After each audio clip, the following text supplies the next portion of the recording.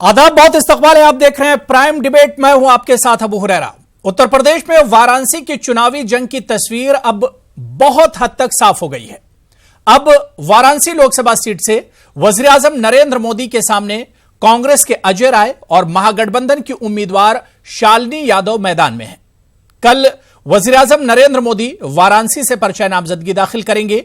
पर्चा नामजदगी से पहले आज वजीर आजम मोदी ने रोड शो के जरिए अपनी ताकत का भरपूर मुजाहरा किया। इस बीच कांग्रेस ने अजय राय को उम्मीदवार बनाकर तमाम कयास आराइयों पर ब्रेक लगा दिया। ऐसे में माना जा रहा है कि नरेंद्र मोदी की राह इस बार 2014 से भी आसान है। सवाल यह उठता है कि क्या कांग्रेस समेत पूरे अपोजिशन ने मोदी के खिलाफ हथियार डाल दिए हैं और पहले ही शिकस्त कबूल कर ली है? क्या प्रियंका को कांग्रेस ने 2022 के लिए बचा कर रखा है? और क्या अब वाराणसी में नरेंद्र मोदी के लिए राह 2014 से भी आसान हो गई है? आज इन्हीं तमाम इश्यूज पर हम प्राइम डिबेट में चर्चा करेंगे, लेकिन सबसे पहले यह रिपोर्ट देखिए।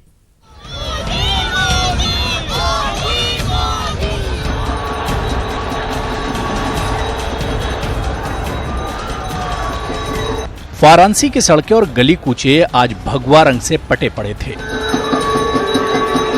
हर तरफ मोदी मोदी का शोर था। चार जानिब हर हर मोदी, घर घर मोदी के नारों से फजा गूंज रही थी। बीजेपी के मेगा रोड शो में बड़ी तादाद में लोगों ने हिस्सा लिया।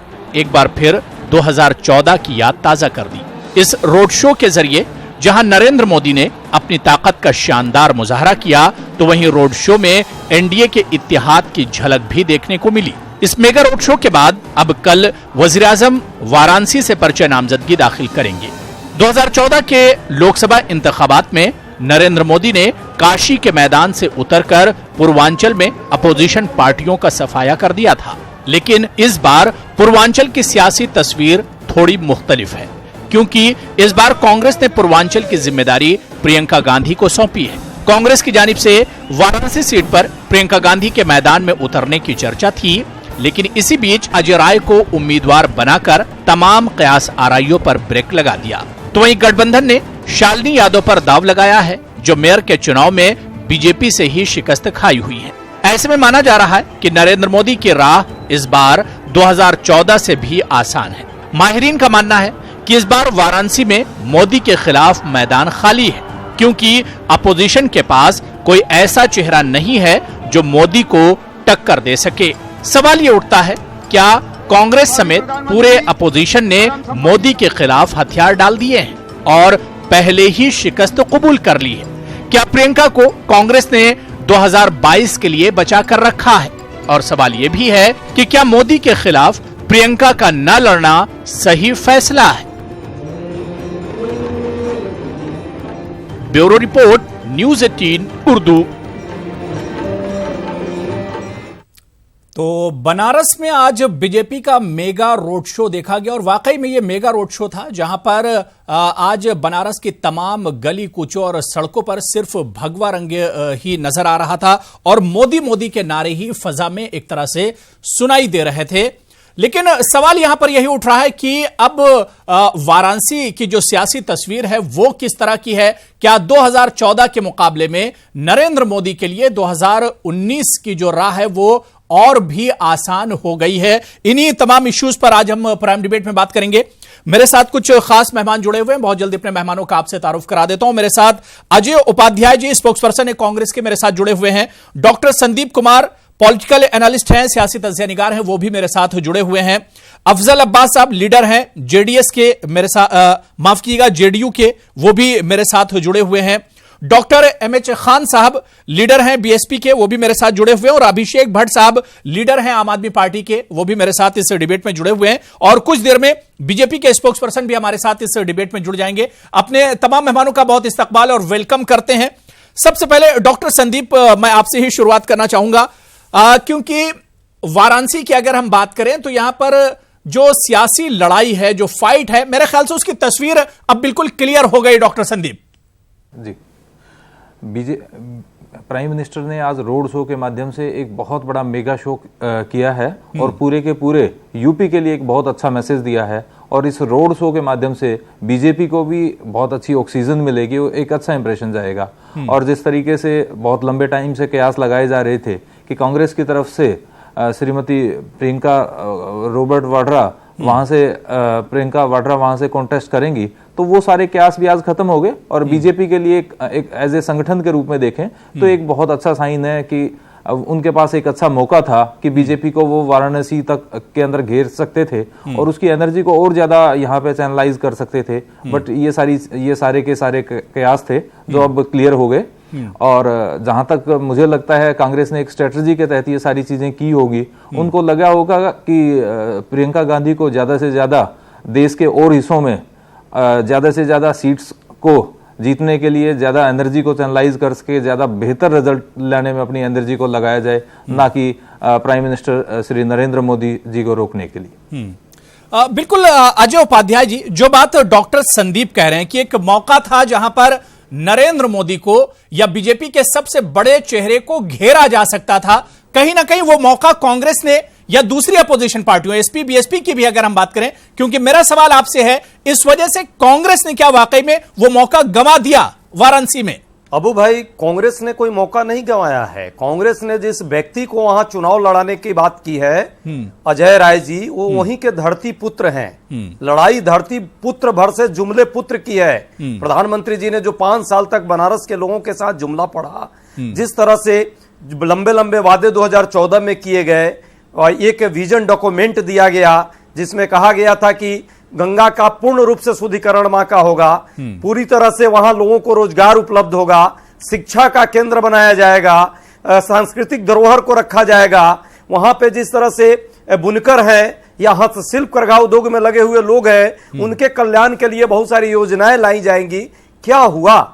एक भी काम बताए प्रधानमंत्री जी। यहां तक कि जो आदर्श गांव 4 उन्होंने गोद लिए थे, जामनगर, जयानगर, नागपुर, ककहरिया और डोमरी, इन चारों गांवों का यदि यथार्थ में विश्लेषण आपका कोई रिपोर्टर चला जाए और बता दे कि आदर्श गांव तो छोड़िए, गांव की जो परिभाषा है वो भी नहीं बन पाई वहां। आज ये परिस्थिति है जब प्रधानमंत्री जी के संसदीय क्षेत्र में उनके द्वारा आदर्श गांव गोद लिए गए थे, उनकी ये दुर्दशा है। बाकी जगहों की क्या हाल होगी? आप ठीक है, रैली बहुत बड़ी हुई है, शो के मास्टर है अजय उपाध्याय की। यहाँ पर सवाल ये उठता है कि यही अजय राय हैं, यही अजय राय अच्छा जो 2014 में प्रधानमंत्री जी को नरेंद्र मोदी के सामने लड़े थे, यही अजय राय हैं, यही कांग्रेस के अजय राय हैं जो 2014 में भी लड़े थे। एकदम ठीक कर रहे हैं आप, एकदम यही अजय राय है जो 2014 से पहले 4 और 5 बार वहां एमएलए भी थे। लेकिन 2014 में प्रधानमंत्री जी के जो जुमले थे, उस जुमले पर लोगों ने वहां भरोसा कर लिया। बनारस के लोग आध्यात्मिक हैं, बनारस के लोग ज्ञानी हैं, बनारस के लोग एक सांस्कृतिक विरासत को लेकर के संजो करके देश में एक अपनी उनकी सहभागिता है। वो समझ रहे हैं कि वो बनारस में प्रधानमंत्री जी को सिर्फ वोट नहीं दे रहे हैं, एक ऐसे व्यक्ति को वोट देने वाले हैं जिन्होंने 5 वर्षों में बेरोजगारी सबसे ज्यादा बढ़ाई है, जिन्होंने महंगाई सबसे ज्यादा बढ़ाई है, जिन्होंने गरीबों का निवाला छीन लिया है नोटबंदी और जीएसटी के कारण। तो बनारस के लोगों पर यह भी दायित्व है कि बनारस के लोग ऐसे लोगों को वोट देंगे या नहीं जिससे कि देश का विनाश हुआ विकास के बदले। जुमले पढ़े गए, झूठ का पूरा साम्राज्य फैलाया गया, डॉक्टर एमएच खान संस्थाओं का लगातार खत्म करने का। डॉक्टर एमएच खान, यही सवाल एज अ अपोजिशन, यही सवाल मेरा आपसे भी है, जो सवाल मैंने अजय उपाध्याय से किया था कि क्या पूरे अपोजिशन ने एक अच्छा मौका गवा दिया? अगर वहां पर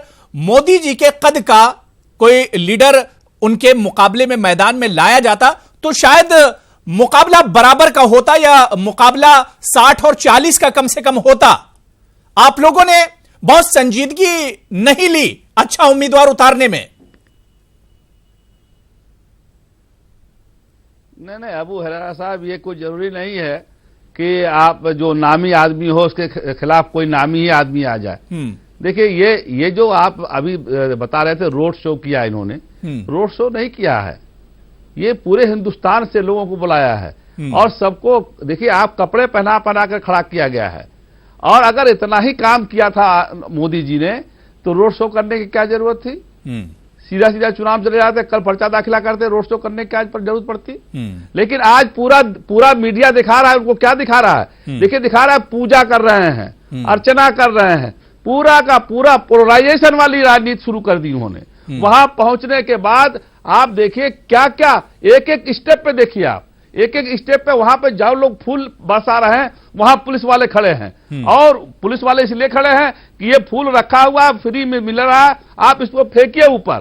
तो ये सब चीजें जो है, आप जयपुर की बात अभी देखिए, आइए, जयपुर की गोद लिया हुआ उन्होंने, जयपुर में गोद लेने के बाद भी जयपुर की सड़कें नहीं, वहां जयपुर का जो विकास के लिए गुजरात से एक एमपी पाटिल साहब आए थे, 500 करोड़ रुपया लेके आए थे, 500 करोड़ रुपया हजम करके चले गए, दोबारा किसी को टेंडर फिटेंडर दिया गया। आज वहां सड़कें नहीं है, इंटर कॉलेज नहीं है, डिग्री कॉलेज नहीं है। आप अपने विकास की बात पे करिए ना। आपने तो दिन पूरा शो दिखा दिया, पूजा अर्चना में दिखा दिया।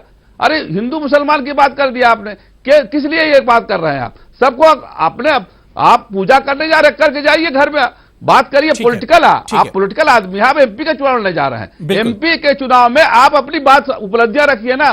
कोई एक शब्द नहीं बोल पाए, सिर्फ हाथ जोड़े रहे, कुछ नहीं कह रहे कि हाँ हमने जो 2014 में कहा था उसमें यही पूरा कर दिया। ये कोई बात उभर के नहीं आई है, सिर्फ आ रही है जैसे फिल्मों में वाराणसी सीट को लेकर या पीएम मोदी के अगेंस्ट जो जोश हमने 2014 में आम आदमी पार्टी में देखा था, वो जोश 2019 में नजर नहीं आ रहा है। नहीं, 2014 में आम आदमी पार्टी हमारे अरविंद जी खुद लड़े थे मोदी जी के खिलाफ। मैं वही बता रहा हूं कि 2014 में जो जोश था, अरविंद केजरीवाल खुद मैदान में थे। 2019 में वो जोश नहीं है आम आदमी पार्टी में। अबू जी, हमने अभी भी कहा है कि हम महागठबंधन या जो भी पॉलिटिकल पार्टियां हैं, राजनीतिक पार्टियां हैं या दले हैं, हम उनको पूरी सहायता करेंगे मोदी और अमित शाह को हराने के लिए। और आज भी हम उस मकसद पे वो मकसद पे हम अटल है। तो हमारी तो यही सोच है। मैं एक ही चीज कहना चाहूंगा, नमामि गंगे, ये जो इसके बारे में जो इतना बड़ी तरीके से बहुत बड़े एडवर्टाइजिंग बोलो, बहुत अलग अलग तरीकों से बहुत बजटिंग भी इस गंगा जी को क्लीन करने में, साफ करने में पैसा जो खर्चा किया गया, वो आज क्यों नहीं हुआ? भाजपा ये क्यों नहीं जवाब दे पा रही है कि उन्होंने 5 साल में नमामि गंगे ये जो प्रोजेक्ट है इसको सफल क्यों नहीं करवाया? तो वाराणसी की जनता उन्हें जरूर जवाब देगी। तो ये भाजपा को जवाब देना है कि नमामि गंगे ये प्रोजेक्ट को क्यों सफल नहीं कर पाई वो। बिल्कुल। मेरे साथ इस वक्त बीजेपी के स्पोक्सपर्सन हरीश चंद्र श्रीवास्तव जी भी जुड़ गए हैं। हरीश चंद्र श्रीवास्तव जी, आपका भी बहुत इस्तकबाल करते हैं, वेलकम करते हैं। मैं हरीश जी, क्योंकि अभी आप जुड़े हैं, मेरे पैनलिस्ट ने क्या कुछ कहा है शायद आप उससे अभी वाकिफ नहीं होंगे, इस वजह से मैं अफजल अब्बास साहब के पास चला जाता हूं, क्योंकि आपके ही अलायंस के लीडर हैं, जेडीयू लीडर हैं अफजल अब्बास साहब। अफजल अब्बास साहब, जो बात अपोजिशन के दूसरे लीडरों ने हमारे डिबेट में कही, और खासतौर से एमएच खान साहब ने कहा कि अगर पीएम मोदी ने वाराणसी में इतना ज्यादा काम किया तो फिर इस मेगा रोड शो या इस तरह की रैली की जरूरत क्या थी?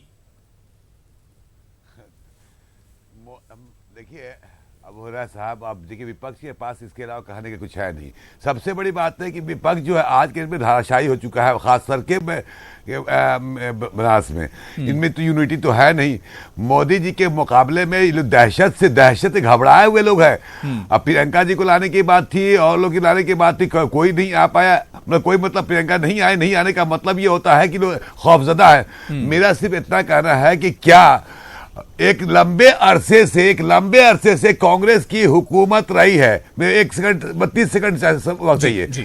ये लंबे अरसे से कांग्रेस ने हुकूमत किया रायबरेली और अमेठी। अरे चाहते तो स्वर्ग बात है। आज क्यों जाके राहुल गांधी जी रोड शो करते हैं, प्रियंका गांधी क्यों करती है? ये राजनीति में, सियासत में वोट लेने के लिए रोड शो किया था। प्रधानमंत्री है, कम से कम जनता से कनेक्ट तो हो रहा है ना, कि हम पीएम बनने के बाद भी जनता से कनेक्ट करें। उनका अपना उनका कंजूसी है। बस ये कहना है कि बस जवाब इनके पास कुछ नहीं है। खान साहब बोले, मैं इनके कद्र करता हूं, बड़े भाई है, मैं इनकी इज्जत करता हूं, लेकिन चूंकि विपक्ष में है तो विपक्ष की भूमिका निभाएंगे ये, इसके अलावा कुछ नहीं कर सकते हैं। देखिए, एक बहुत बड़ा मैसेज कल भी जाएगा जी। कल जो आने वाला दिन नॉमिनेशन होगा उसकी जो तस्वीर आपके टीवी चैनल पर दिखाई जाएगी वो हिंदुस्तान में एक बहुत बड़ा मैसेज जाएगा। इस पे आप कल तस्करा कर लीजिएगा। ठीक है। मैं हरीश चंद्र श्रीवास्तव जी आपके पास ही आना चाहूंगा। हरीश जी, क्या अब लगता है, क्योंकि पहले चर्चा थी कि प्रियंका गांधी लड़ेंगे, लेकिन अब कांग्रेस ने वो भी साफ कर दिया कि अजय राय कांग्रेस के उम्मीदवार होंगे, और अगर गठबंधन की हम बात करें तो शालिनी यादव जो कांग्रेस लीडर थी, मेयर का चुनाव भी बीजेपी से लड़ी थी, मतलब इस तरह के उम्मीदवार उतारे गए। ऐसे में क्या नरेंद्र मोदी के लिए वाराणसी की जो राह है, उनका जो अब सफर है आगे का, उनका जो मुकाबला है, क्या 2014 के मुकाबले में भी अब 2019 और ज्यादा आसान है?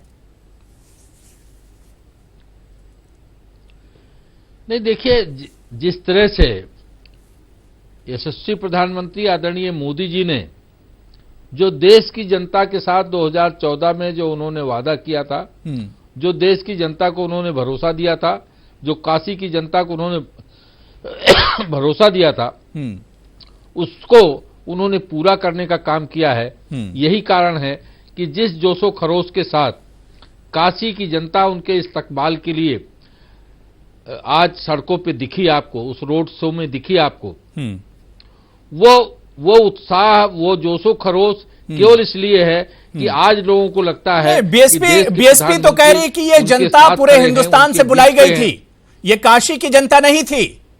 हरीश जी,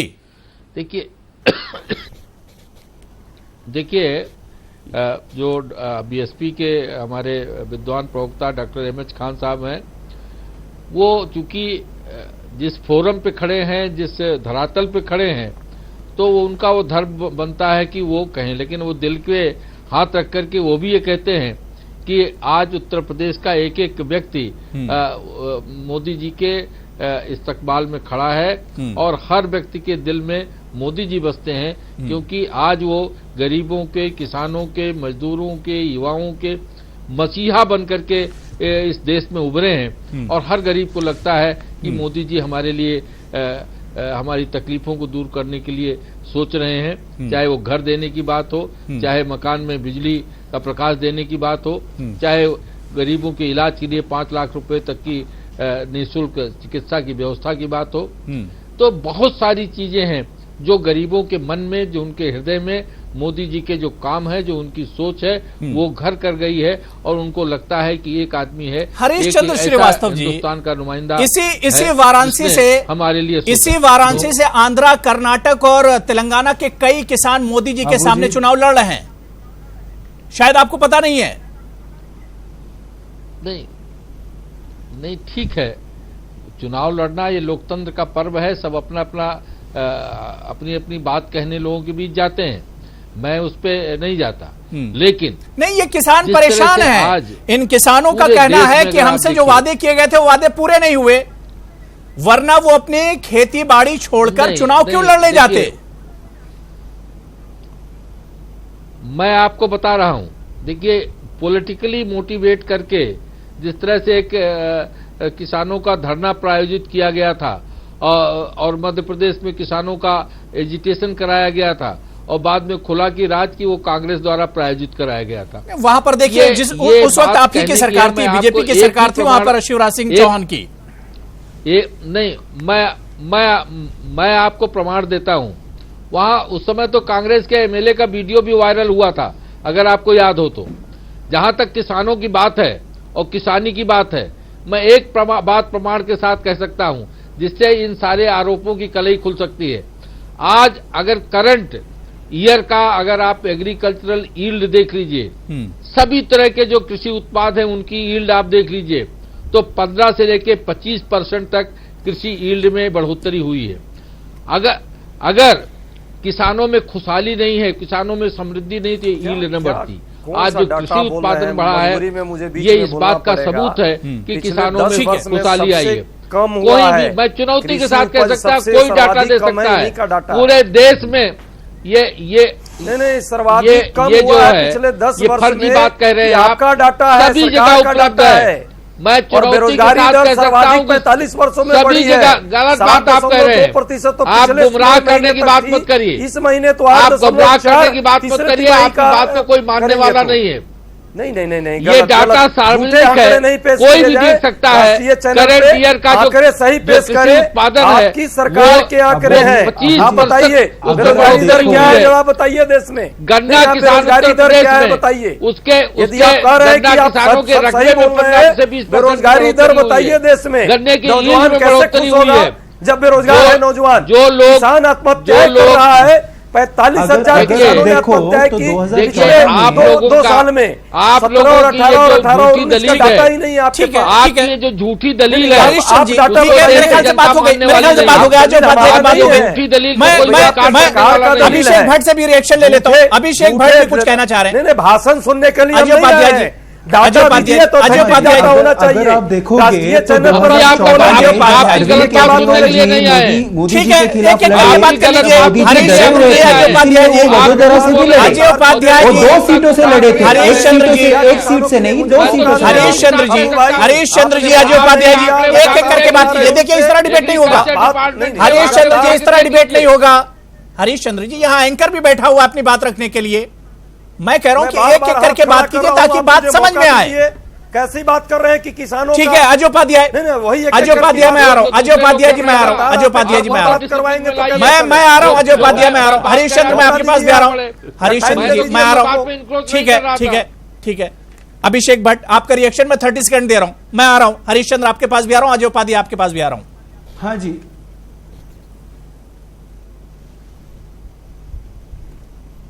हाँ जी, तो मैं ये कह रहा था कि 2014 में अरविंद केजरीवाल जी जब मोदी जी के खिलाफ लड़े तब मोदी जी डरे हुए थे, इसीलिए वो वडोदरा से भी उन्हें लड़ना पड़ा, तो 2 सीटों से वो लड़े। इस बार अगर मोदी अमित शाह डुओ अगर फिर से सत्ता में आते हैं तो इसका जिम्मेदारी सिर्फ कांग्रेस पार्टी की होगी। ये हमने, क्योंकि दिल्ली में और हरियाणा में जब हम कह रहे थे कि वहां पे गठबंधन करो और वहां पे हम मोदी अमित शाह को हरा सकते हैं, पर कांग्रेस ने भी तभी भी उन्होंने नहीं माना। आज भी हम कहते हैं कि मोदी अमित शाह को हराने के लिए हम कुछ भी कर सकते हैं। बिल्कुल, आज प्रेस कॉन्फ्रेंस में अरविंद केजरीवाल ने भी यही बात कही थी। आज क्यों? अजय उपाध्याय, आज 2 अजय उपाध्याय, इस बार आज केजरीवाल ने प्रेस कॉन्फ्रेंस में उन्होंने कहा कि अगर अमित शाह और मोदी जीतते हैं या सत्ता में आते हैं तो उसके लिए जिम्मेदार कांग्रेस होगी, राहुल गांधी उसके लिए जिम्मेदार होंगे। अब अबू भाई मुझे 10 सेकंड पहले दे दें। हरिश्चंद्र जी ने एक बात कही कि कांग्रेस ने पराजित करके वो कृषि आंदोलन के लिए किसानों को वो किया था। गोलियां क्या कांग्रेस ने चलवाई थी मध्य प्रदेश में, रतलाम से लेकर के और हर जगह लोग मारे गए थे। इसके अलावा क्या तमिलनाडु में कांग्रेस की सरकार थी और कांग्रेस के लोग थे जो आंदोलन कर रहे थे किसानों का? 1 लाख लोग जंतर मंतर पर पूरे देश महाराष्ट्र से आए थे, क्या कांग्रेस के लोग उसमें थे? देश के आम जन जब बात करते हैं लोकतंत्र में तो उसको भी कांग्रेसी समझ में आती है। चलिए, अच्छी बात है, जनता की आवाज उठाना हर पार्टी का दायित्व बनता है। यदि मैं विपक्ष में हूं तो मेरा दायित्व है जनता की आवाज उठाना। जहां तक बात है बेरोजगारी की दर, मैं बार बार पूछ रहा हूं, मैं विद्वान आदमी है, जनता की आवाज उठाइए लेकिन जनता को गुमराह मत करिए। 7.2% पिछले महीने। नहीं, देखिए हरीश चंद्र जी, किसानों ने रैली कहां नहीं की? मुंबई मार्च आप भूल गए क्या? किसानों को दिल्ली तक मार्च करना पड़ा। कई बार किसान मुंबई मार्च किया किसानों ने। भोपाल में किसानों के साथ क्या कुछ हुआ? तो एक जगह हो सकता है, लेकिन कितने जगह आप झुठलाएंगे? भोपाल में जो कुछ हुआ था वो कांग्रेस द्वारा पराजित था। कांग्रेस के विधायकों का वीडियो बाकायदा वायरल हुआ था। अबू साहब वो नहीं मानेंगे। वो ठीक है, ठीक है। अजय उपाध्याय जो सवाल अभिषेक भट्ट ने किया था उसका जवाब मैं चाह रहा हूं। आम आदमी के सम्मानित, जी, आम आदमी के सम्मानित नेताजी यहाँ बैठे हैं, ये पैनलिस्ट हैं। मैं उनसे गुजारिश करता हूं कि यदि ईमानदार आपके नेता हैं अरविंद केजरीवाल जी, तो उनको खुद से ये असेसमेंट कर लेना चाहिए कि यो भाई है ना, दिल्ली में सरकार है उनकी, तो जीते हो भाजपा से। हमने लास्ट तक ऑफर किया कि हम आपके साथ अलायंस करने को तैयार हैं। हम अपनी कुर्बानी देने को तैयार हैं। हरियाणा तक नहीं, में देखिए इसमें तो संजीदगी दोनों तरफ से नहीं दिखी ना। आम आदमी पार्टी तैयार हुई, आम आदमी पार्टी की अलग अपनी शर्तें थी, कांग्रेस की अलग शर्तें थी, इसमें तो दोनों पार्टियां एक तरह से संजीदा नहीं थी। और अरविंद केजरीवाल सिर्फ अपनी अपनी रोटियां सेकी आप लोगों ने, अपनी अपनी सियासी रोटियां सेकी, चाहे कांग्रेस हो या आम आदमी पार्टी हो। मदारी है और अरविंद जी छोटे मदारी हैं। इन दो मदारियों को देश समझ चुका है। ठीक है, मैं डॉक्टर संदीप बीजेपी को हराने के लिए आप में बिल्कुल भी नियत नहीं है। ठीक है, डॉक्टर संदीप देश को एक नया मैं डॉक्टर संदीप से एक रिएक्शन लेता हूं, मुझे फिर ब्रेक पर भी जाना है, डॉक्टर संदीप थोड़ा सा इश्यू जो है डाइवर्ट हो रहा है, लेकिन जो बात यहां पर अभिषेक भट्ट ने कही या अब कांग्रेस भी इल्जाम लगा रही कि जिस तरह से दिल्ली में आम आदमी पार्टी और कांग्रेस के बीच में बात नहीं बनी, और अब अरविंद केजरीवाल कह रहे हैं कि अगर इख्तिदार में या सत्ता में मोदी आते हैं तो उसके लिए राहुल गांधी और कांग्रेस जिम्मेदार होंगे। जिस तरीके से हम देखते हैं अरविंद केजरीवाल जी की जो राजनीति है, बेसिकली उन्होंने जो राजनीति की है तो दूसरे को टारगेट करके, मतलब अपोजिशन की राजनीति की है, और उसी के माध्यम से वो आज सत्ता में बैठे हुए हैं। तो उसी को फिर से हथियार बना के आज वो कांग्रेस को ब्लेम करके लोगों की सिंपैथी गेन करना चाह रहे हैं। अगर ये दोनों पार्टियां संजीदा होती तो दिल्ली के अंदर भी इनका अलायंस हो जाता और हरियाणा के अंदर भी इनका बेहतर तरीके से अलायंस होता, और जो रिजल्ट होते इन दोनों संगठन के हक में बहुत बेहतर रिजल्ट होते। इस अलायंस के ना होने में दोनों संगठन ही प्रमुख रूप से जिम्मेदार हैं। इसके लिए एक दूसरे को ब्लेम करना मैं ये नहीं मानता, कहीं ना कहीं दोनों की संजीदगी में कहीं ना कहीं अभाव रहा। बिल्कुल, इस पर सवाल तो जाहिर सी बात उठता है, लेकिन एक चीज यहां पर यह भी साफ है कि 2014 के मुकाबले में 2019 में वाराणसी में बीजेपी की और पीएम मोदी की राह ज्यादा आसान है। इस पर भी हम बात करेंगे। इसके अलावा सवाल यह भी उठता है कि मोदी के सामने कोई मजबूत उम्मीदवार पूरे अपोजिशन को क्यों नहीं मिला। इस सर्वे का नतीजा आपके टीवी स्क्रीन पर है। हमारा सवाल यह था कि क्या मोदी से मुकाबले के लिए अपोजिशन या कांग्रेस के पास कोई चेहरा नहीं है, जिसका सर्वे या जवाब आप देख सकते हैं टीवी स्क्रीन पर। 41.39% लोगों ने कहा कि हां, कोई चेहरा अपोजिशन या कांग्रेस के पास नहीं है पीएम मोदी के मुकाबले में, जबकि 58.61% लोगों ने कहा कि नहीं, कोई चेहरा है। लोगों ने कहा कि 58.61% लोगों ने ना किया इस सवाल के जवाब में, जबकि 41.39% लोगों ने हां कहा है। और इसी सर्वे पर मेरा सवाल अजय उपाध्याय जी आपसे है कि प्रियंका गांधी पर पहले बहुत एक तरह से सस्पेंस बना रहा, लेकिन वक्त करीब आते आते बिल्कुल प्रियंका गांधी का नाम वापस ले लिया गया और अजय राय पर फिर से किस्मत आजमा रही कांग्रेस। आखिर प्रियंका गांधी को क्यों नहीं उतारा गया मैदान में, अजय उपाध्याय? देखिए अबू भाई, ये कांग्रेस पार्टी की अपनी रणनीति है। जहां तक प्रियंका जी की बात है, ना तो कभी प्रियंका जी ने, ना ही कांग्रेस पार्टी ने अधिकृत तौर पे कोई बात कही थी। जस्ट एक क्वेश्चन आपके पत्रकारों के द्वारा पूछा गया, प्रियंका जी ने कहा व्हाई नॉट बनारस। ये कोई मैटर नहीं है। हमें जो सामयिक, उचित और सही समय पर स्थानीय व्यक्ति का लगा, अजय राय जी स्थानीय है, 5 बार विधायक रहे हैं। पिछली बार ठीक है कि 2014 के चुनाव की बात अलग थी, लेकिन उन्होंने 5 साल वहां के लोगों के दुख दर्द में शामिल हुए हैं। जहां तक आपने अभी सर्वे एक दिखाई, ये सर्वे यदि बनारस के उन छात्रों के बीच में जाकर के कोई पूछा होता प्रश्न, तो आपका सर्वे जरूर उल्टा होता, जिन पे बर्बरता पूर्वक पिछले साल लाठियां चलाई गई थी।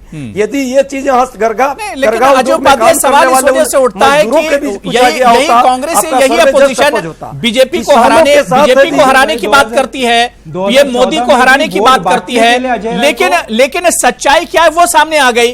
देखिए जिस तरह से अजय राय को आप लोग लेकर आए हैं, या अपोजिशन के दूसरी पार्टियां जिस तरह से अपने उम्मीदवार उतार रही है, सच्चाई एक तरह से उसे नजर आ रही है, कितनी संजीदगी है। अबू भाई नहीं अबू भाई, अबू भाई ये स्टेज मैनेज करना, बड़े बड़े रोड शो करना अलग चीज है, और वोटर वहां के लोग होंगे, वोट वहां के लोग देंगे, बनारस के लोग।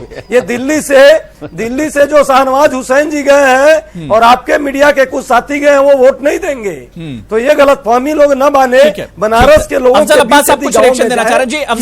बीच जाए, उनसे जरा उनके हालत को पूछे जो वोटर है। नहीं मैं मैं अजय उपाध्याय से पूछना चाहता हूं कि मेरी आवाज जी बिल्कुल बिल्कुल बोलिए, अफजल अब्बास साहब बोलिए। नहीं, मेरा ये मानना है कि देखिए, कोई देश का प्रधानमंत्री या किसी पार्टी का हो, देश के प्रधानमंत्री अपने जहां से लड़ता है, चाहे बनास का कहीं से भी, अवाम किसी भी कीमत पे उसको नहीं छोड़ना चाहती है, क्योंकि उसको गर्व होता है कि हमारे क्षेत्र का प्रधानमंत्री है। तो ये लोग अच्छी तरह से अपने आप एसेस कर चुके थे कि मेरा फिर सुपड़ा साफ हो जाएगा, प्रियंका गांधी आए या किसी को भी लाए, और ये इसका नतीजा ये बरक्स होता। और मैं आज फिर आपके ऑन एयर चैनल पे कह रहा हूं कि पिछले साल के पिछले 14 के बनिस्बत इस बार उससे कई लाख ज्यादा वोटों से भी प्रधानमंत्री जीतेंगे। अब विपक्ष के पास सिर्फ कहने के लिए है कि बस हम अजय राय खड़ा कर दिया और इनको खड़ा कर दिया, बलि का बकरा बनाया जा रहा है अजय राय जी को। अगर इतनी यूनिटी थी तो कोई सब मिलके अजय राय को अपना नेता मान लेते। बिल्कुल सच्चाई यही है, सच्चाई यही है जो अफजल अब्बास साहब कह रहे हैं, सच्चाई यही है। एमएच खान साहब, और वाकई में सवाल एक मिनट, मैं जैसा मैं चूंकि दिल्ली से ताल्लुक है मेरा भी, एक मिनट जैसा आम आदमी पार्टी कांग्रेस की बात कर ले। देखिए, इन लोगों में नूरा कश्ती चलती रही, क्योंकि इसके पहले असेंबली में मैं दिल्ली को बहुत नजदीक से देख रहा हूं कि दिल्ली में आम आदमी के साथ मुसलमानों का मैक्सिमम वोट चला गया था, और ये वोट जाए नहीं किस तरह से वापस कांग्रेस तब नहीं जाए, ये आम आदमी शगुफा छोड़ रही है। और कांग्रेस ही चाहती है कि मुस्लिम का वोट खोया हुआ जो वोट था वहां पे, जो असेंबली में चला गया है, वो कैसे हम रिटेन करने, इसी चक्कर में ये नहीं कर पा रहे। दूसरी बात ये है कि 2020 में असेंबली का चुनाव होगा, और फिर कांग्रेस कैसे लड़ेगी, किस शेयर पर लड़ेगी? बिल्कुल, मसला फंसेगा असेंबली में आके, मसला असेंबली के चुनाव में आकर फंसेगा। इसी वजह से कहीं ना कहीं बात नहीं बन पा रही है। इसीलिए वहां पे अलायंस नहीं कर पाए लोग, कांग्रेस लोग। एमएच खान साहब, जो बात अफजल अब्बास साहब कह रहे थे कि छोटे मोटे जो उम्मीदवार आप लोगों ने खड़े किए, इन्हें बलि का बकरा बनाया जा रहा है। वाकई में पीएम मोदी के सामने अरविंद केजरीवाल जब 2014 में खड़े हुए तो 3 लाख वोटों से तकरीबन पीएम मोदी जीते थे। नहीं, देखिए, अब सैयद साहब जो कह रहे हैं वो बेचारे बिहार के रहने वाले हैं, उनको क्या पता आप बनारस में क्या स्थिति है। आप एक बात बहुत नजदीक है पटना से, बहुत आपका लखनऊ से जो बनारस दूरी उससे कम हमारे यहाँ से जब बनारस की दूरी है। हाथी को एक आप 300 किलोमीटर 150 किलोमीटर पे बनारस यहाँ से। फिर बोलिएगा सैयद साहब, चुप रहिए, सुन लीजिए, आपकी बात सुनी हमने, आप भी सुन लीजिए। आप सैयद अगर इत्मीनान रखिए, और जब पानी उन्हीं रखा हो पानी पी लीजिए। देखिए, एक पानी आप लोग पीजिएगा, हम नहीं पीने वाले हैं। जी सुन लीजिए, जी अफजल अब्बास साहब सुन लीजिए, जी एमएच खान साहब देती है। तो ये कहना ये कहना कि हाँ प्राइम मिनिस्टर के सामने कोई प्राइम मिनिस्टर आके लड़ जाए, कौन सा प्राइम मिनिस्टर लड़ जाएगा आके? ये गठबंधन जो हमारा बना है, आपको मैं बता रहा हूं, ये गठबंधन ही हराएगा इनको, और उत्तर प्रदेश से नया प्राइम मिनिस्टर बनेगा। मैं आपको आपके चैनल पे ये पक्का वादा करके बता रहा हूं आपको। ये जरूरी नहीं होता है कि अब प्रधानमंत्री मोदी प्राइम मिनिस्टर हैं तो अब प्राइम मिनिस्टर लेवल का आदमी कोई लड़े वही हरा सकता है। लेकिन खान साहब, जिस गठबंधन की आप बात कर रहे हैं, 2014 में अगर एसपी बीएसपी की आप वाराणसी में बात कीजिए तो 1 लाख 1.25 लाख वोट ही समाजवादी पार्टी और बीएसपी को मिलाकर मिले थे। नहीं, 1 लाख करीब तो समाजवादी पार्टी को मिले थे, 1 लाख से ऊपर हमको मिले थे, जबकि हम लोग अलग अलग लड़े थे, और ये गठबंधन से लड़ गए थे। तो अब ये वोटों का अगर हिसाब करिएगा तो पूरे उत्तर प्रदेश में 47% हमारा वोट हो रहा है, 47% हमारा हो रहा है, ये 31% पे आगे रुक जा रहे हैं, इनका तो कहीं है ही नहीं। तो जब उत्तर प्रदेश से ही रास्ता है प्राइम मिनिस्टर का बनने का, जब उत्तर प्रदेश में हम इनको रोक देंगे तो कहां से प्राइम मिनिस्टर बन पाएंगे? और अखिलेश यादव ने तो खान साहब आज कहा कि गठबंधन से ही पीएम बनेगा, अगला पीएम जो बनेगा गठबंधन का होगा।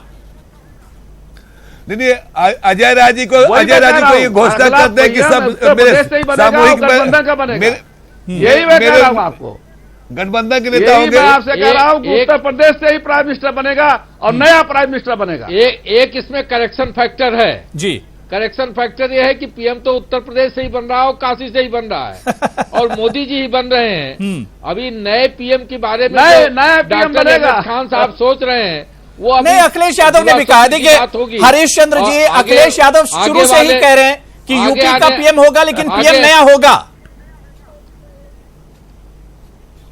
नहीं, अखिलेश यादव जी तो अपनी हताशा निराशा व्यक्त कर रहे हैं। अजीब विडंबना है कि 20 सीट 22 सीट ला के भी प्रधानमंत्री का लोग ख्वाब देख रहा है। वो ईवीएम के पीछे जाके छुपने लगे।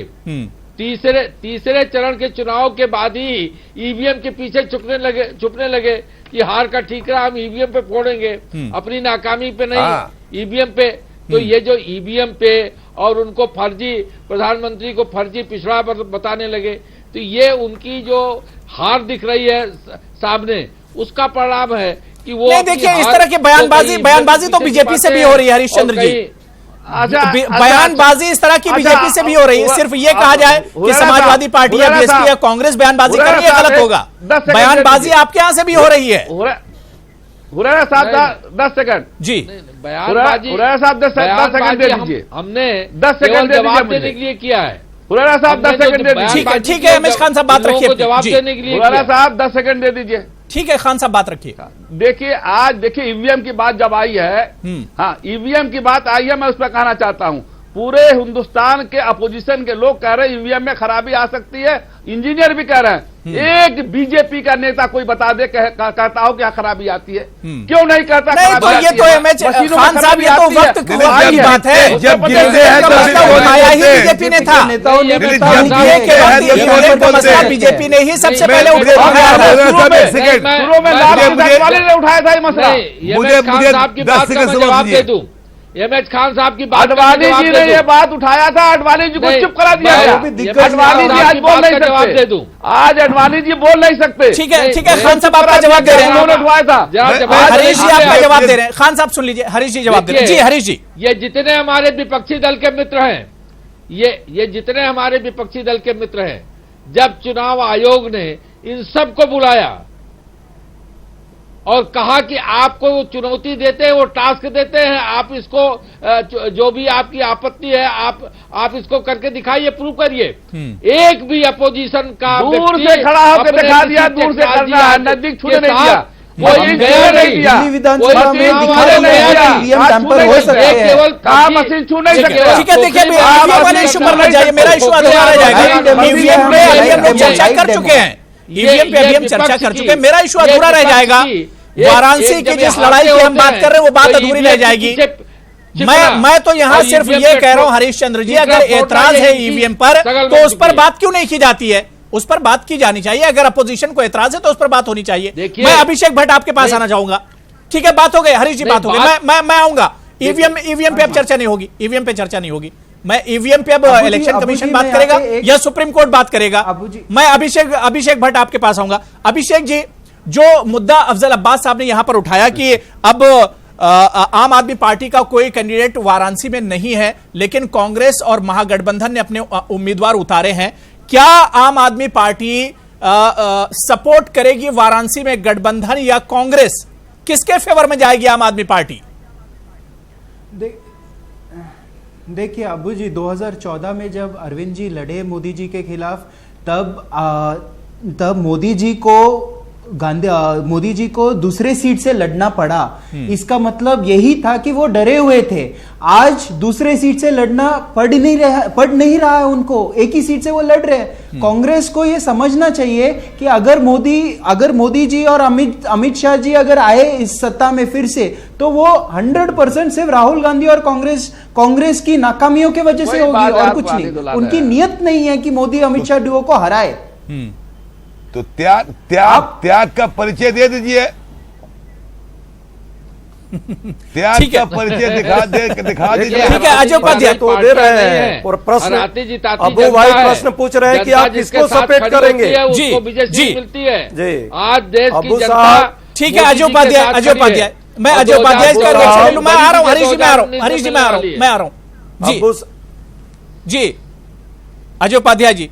अबू साहब, परिचय तो आपने देख लिया कि कितना त्यागी और कितना अंदर से मैच फिक्सिंग है कि मोदी जी को हराने के लिए जब आपने प्रश्न किया कि क्या आप कांग्रेस को सपोर्ट करेंगे, तो उनको जवाब नहीं मिला। अरे गठबंधन को, मोदी जी के विरुद्ध जो वहां लड़ेगा उसी को आप सपोर्ट करेंगे, इतना तो आप कह ही सकते हैं। लेकिन फिर आप चले गए राहुल जी और कांग्रेस पार्टी, इनको मोदी जी से ज्यादा प्रेम है, कांग्रेस पार्टी से ज्यादा दिक्कत हो रही है।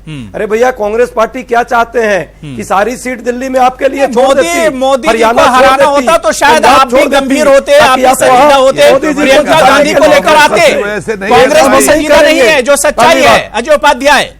हम मोदी जी के कद का, उनके लेवल का उम्मीदवार उतारते आप लोग। हम वाराणसी में वोट नहीं बांटते। आपने सिर्फ गुमराह किया, कांग्रेस ने सिर्फ गुमराह किया। तलवार नहीं चलाते। और कांग्रेस पार्टी तय करती है रणनीति, कैंडिडेट कौन होगा। स्टूडियो में अबू भाई नहीं तय करेंगे, यहाँ बैठे पैनलिस्ट नहीं तय करेंगे। इतनी बात है तो ये प्रश्न आप काहे नहीं अरविंद केजरीवाल से पूछ रहे हैं कि काहे चुनाव के बाद भाग गए बनारस से, आज तक नहीं गए, काहे नहीं आप अखिलेश यादव और मायावती जी से पूछ रहे हैं कि मायावती जी पूरे उत्तर प्रदेश में चाहती है कि मोदी जी को हटा रही है और मुख्यमंत्री बन रही है, अब प्रधानमंत्री का ख्वाब देख रही है, तो क्यों नहीं हो जाकर के लड़ती है चुनाव। एमएच खान साहब, क्या मायावती को नहीं लड़ना चाहिए था मोदी जी के खिलाफ वाराणसी में? ज्यादा महत्वपूर्ण है। नहीं, ये भी अहम सवाल है, ये भी अहम सवाल है। और मोदी जी हारेंगे, सिर्फ कांग्रेस की जिम्मेदारी नहीं है। प्रियंका गांधी बड़े चेहरे को लेकर आए, यहाँ पर अपोजिशन भी अहम चेहरे को और बड़े चेहरे को ला सकती थी। खान साहब, महागठबंधन या गठबंधन भी, नहीं, बात सुन लीजिए। देखिए, हमारी पार्टी के नेता जब हमारा गठबंधन हुआ उसी वक्त कह दिया कि मुझे ज्यादा से ज्यादा टाइम अपने गठबंधन के प्रत्याशियों के पे टाइम देना है और बीजेपी को पूरा उत्तर प्रदेश से सफाया कर देना है। तो ये तो हमारी रणनीति है, हम सफाया करने जा रहे हैं। यही रणनीति तो कांग्रेस की है, प्रियंका गांधी की भी यही तैयारी है। वो तो मिशन 2022 लेकर उतरी है। पश्चिम उत्तर प्रदेश प्रियंका गांधी भी मिशन 2022 लेकर उतरी है। कांग्रेस को 2019 से कोई लेना देना नहीं है। खान साहब, ये अब अबू हुरैरा साहब, ये देखिए वोट आप परसेंटेज है। ये किताब में छप चुका है, अब अखबारों में छप चुका है। ये कांग्रेस 5%, 6% वोट लेके कहां पहुंच जाएगी भाई? कहां तक लड़ाई हो रही है 31% और 42% पे। कांग्रेस का कोई वजूद ही नहीं है। में मत रहिए, कांग्रेस का कोई वजूद नहीं। अब कांग्रेस जो मुसलमानों की बात कर रही है कि मुसलमान हमको वोट दे दे, 2019 का, अरे 2009 का भी जरा वजूद देख लीजिए। अबू भाई, हरियाणा में भी तब भी कांग्रेस दूसरे नंबर पे, दूसरे नंबर पे जेजेपी की पार्टी थी, जिसको हमने अबू भाई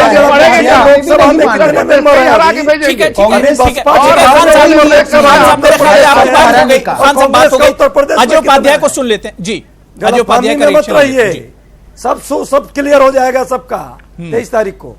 मैं पूछ रहा हूं, जरा महाशय से पूछा जाए बसपा के कितने लोकसभा में कैंडिडेट हैं, परसेंटेज ऑफ वोट बता रहे हैं जो, और सपा के कितने लोकसभा में सीट हैं, इसी से क्लियर हो जाएगा भैया। ये छपा हुआ है, वोट नहीं पाए हो, जीता जो जीता वही सिकंदर। आज हमने छोड़ दिया, वरना वहां भी हार आया है। आज बेटी छोड़ दिया, वरना वहां भी भाजपा को 31% मिली है। ठीक है, मैं डॉक्टर संदीप आपके पास आना चाहूंगा, क्योंकि डॉक्टर संदीप ब्रेक के बाद जो भी बहस हुई है, जो भी बातें, उसमें 2-3 सवाल निकलते हैं डॉक्टर संदीप। एक तो अपोजिशन, पूरे अपोजिशन को ले लें, उसमें कांग्रेस को भी हम शामिल कर लेते हैं डॉक्टर संदीप। ठीक है, आज उपाध्याय बात हो गई मेरे ख्याल से, और उपाध्याय की बात हो गई, लेकिन कांग्रेस पार्टी मेरे ख्याल से सदैव देश को बचाने का काम करती है। ठीक है, कन्याकुमारी से कश्मीर तक बात हो गई। अब मैं डॉक्टर संदीप से समझ लेता हूं। डॉक्टर संदीप, 2-3 सवाल यहाँ पर उठ रहे हैं। एक तो पीएम मोदी का जो कद है, उनका जो लेवल है, उस लेवल का कैंडिडेट तो अपोजिशन ने नहीं दिया, ये तो बिल्कुल साफ है। और दूसरा ये कि जिस तरह से अरविंद केजरीवाल ने कहा कि अगर पीएम मोदी जीते या बीजेपी जीती तो उसके लिए जिम्मेदार राहुल गांधी या कांग्रेस होंगे, इसे कैसे समझा जाए? अब इस लड़ाई को कैसे देखा जाए संदीप जी? जहां तक केजरीवाल जी की बात है, मैंने पहले भी आपको बिल्कुल भली भांति बताया कि केजरीवाल जी की राजनीति का तरीका अलग है। वो एक विरोध की राजनीति, पहले उन्होंने कांग्रेस का विरोध किया, कांग्रेस का विरोध करके वो पावर में आए। अब वो क्योंकि बीजेपी पावर में है तो बीजेपी का विरोध कर रहे हैं। वो बेसिकली अपने एजेंडे पे ज्यादा फोकस ना करके वो दूसरे को ब्लेम करने में ज्यादा विश्वास करते हैं, और यही उनका एक राजनीति का तरीका है, उसी को वो आगे लेके जा रहे हैं।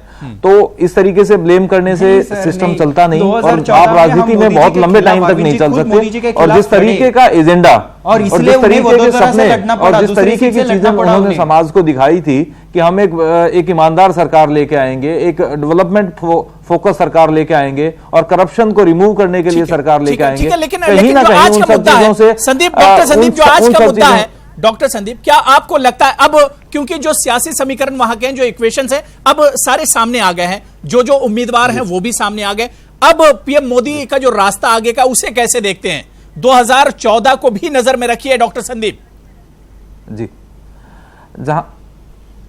जहां तक पीएम मोदी का सवाल है, स्पेशली वाराणसी को लेके, उनका रास्ता पहले भी साफ था और आज भी साफ है। अगर प्रियंका गांधी वहां से होती तो इलेक्शन काफी इंटरेस्टेड रहता, बट कहीं ना कहीं कांग्रेस ने अपनी रणनीति के तहत वहां पे प्रियंका गांधी को इलेक्शन कॉन्टेस्ट नहीं कराया, ताकि ज्यादा से ज्यादा, क्योंकि वो उनकी आज वो स्टार कैंपेनर है कांग्रेस के, और शायद प्रियंका गांधी अगर आती तो महागठबंधन अपने उम्मीदवार को शायद वापस भी ले लेता।